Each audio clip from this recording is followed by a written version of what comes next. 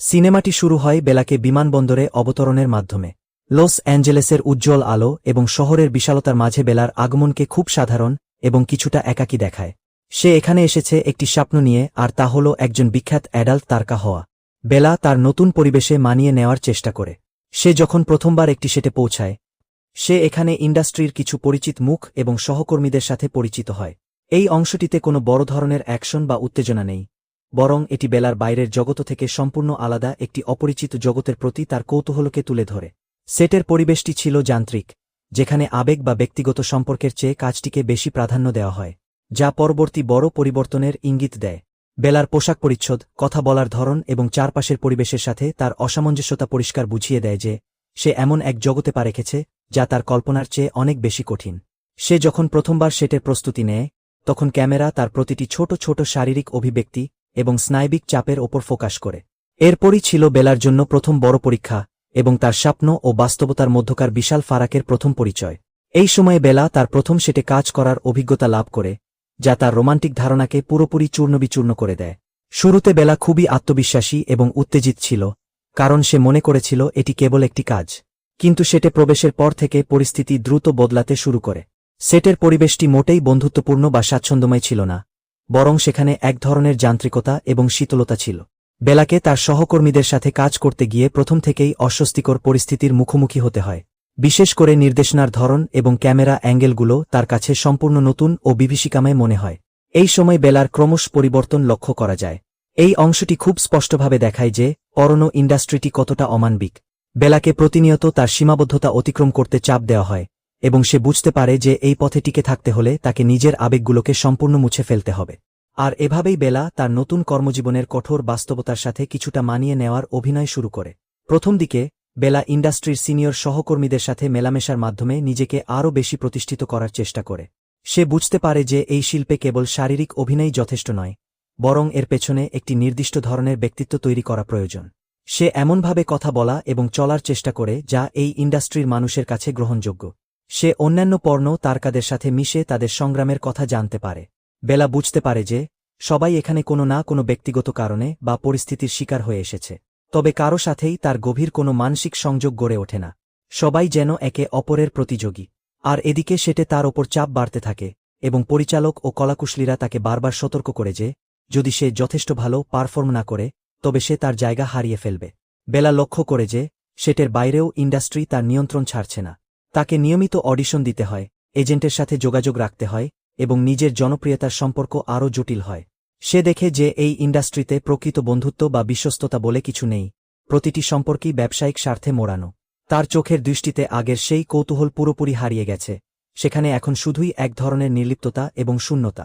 এই সময়টিতে সে ইন্ডাস্ট্রির গ্ল্যামারের আড়ালে লুকিয়ে থাকা নিদারুণ একাকিত্ব এবং শোষণের চূড়ান্ত রূপটি অনুভব করতে শুরু করে।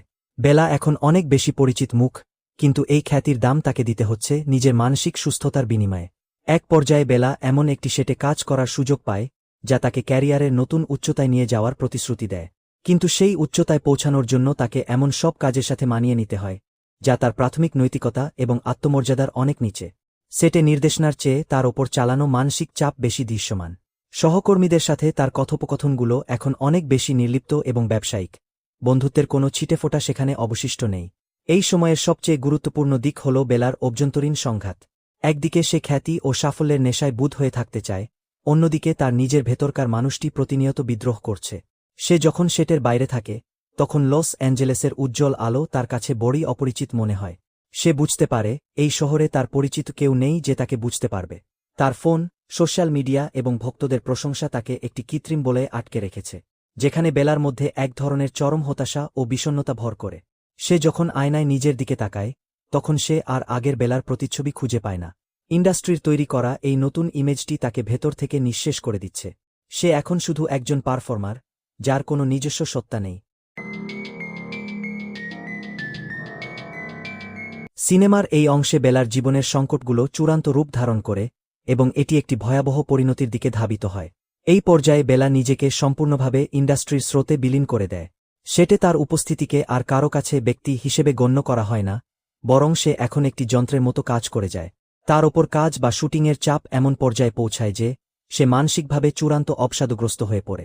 সেটে ঘটে যাওয়া বিভিন্ন ঘটনা তাকে এক ধরনের মানসিক অসাড়তার দিকে ঠেলে দেয়। সে এখন আর প্রতিবাদ করে না, প্রশ্ন করে না, এমনকি তার নিজের শরীর নিয়েও সে এক ধরনের বিচ্ছেদ অনুভব করে। এই সময়ে বেলার ক্যারিয়ারের সাফল্যের শিখরে পৌঁছানোর বিষয়টি একটি বড় ট্র্যাজেডি হিসেবে সামনে আসে।